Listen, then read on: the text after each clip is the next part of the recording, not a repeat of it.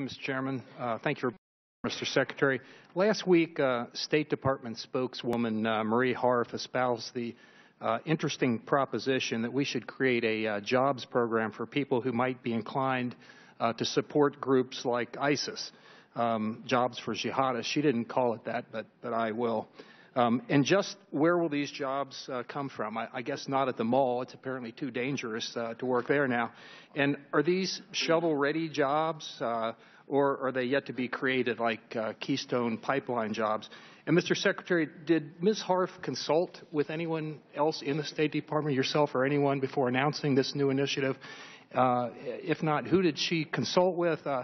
I realize that, according to Ms. Harf, many of us are not nuanced enough to grasp the wisdom of such an enlightened proposal, but I, and I'm sure some of my colleagues would appreciate some insight on just where in the heck this idea came from. Well, Congressman, let me make it absolutely clear.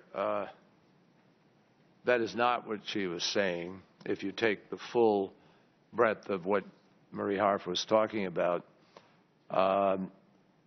In fact, what she was talking about is the notion that if all we do is have a military approach to the problem of violent religious extremism, whether it's Islamic or other, or whether there's violent extremists, we're going to fail.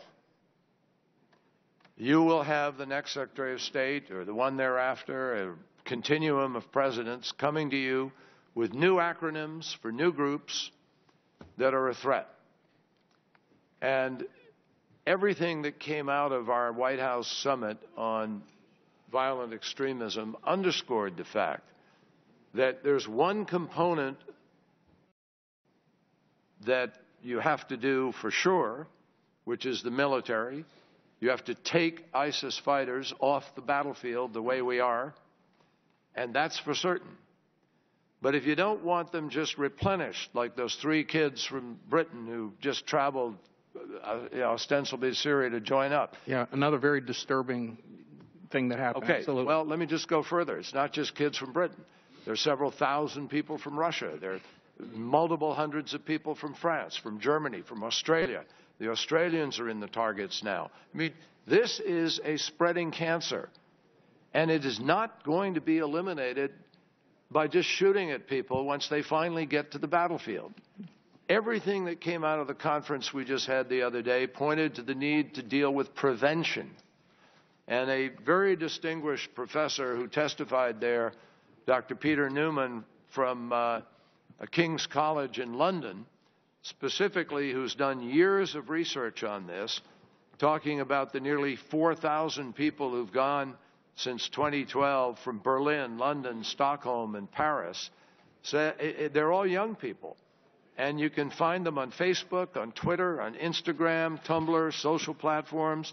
They're talking, kicking back and forth, and nothing's answering it. Thank you, Mr. Secretary. I've got limited time here. I think I gave you extensive time to answer the question. I understand that it wasn't Don't make fun of what she was talking We've got an awful lot of people, young people, that are unemployed in this country, and I think we ought to work on that as opposed to that's not what she was talking future about. jihadists. Well, it sure sounded like it. I know it was awfully nuanced, but let me move on. Mr. Secretary, in mid-January, Taiwan's President Ma decided to release former President Chen Shui-bian on medical parole. As you may know, my Democratic colleague, Inifelia Mavega, and I visited President Chen in prison. He had a whole range of medical conditions, multiple strokes, severe depression, Parkinson's disease, and on and on. We beseeched President Ma to issue a medical parole. He ultimately, or humanitarian parole, he ultimately did. I give him credit for that, but it was only for 30 days. And he'll probably, unless there's some change, be taken back. His condition was just startling. I would urge you to look at the case. I know it's an internal problem. I'd like to say a country, Taiwan. The PRC doesn't like that, but they are a de facto country, and I know that we, for the most part, consider that to be the case, although it's not necessarily our policy.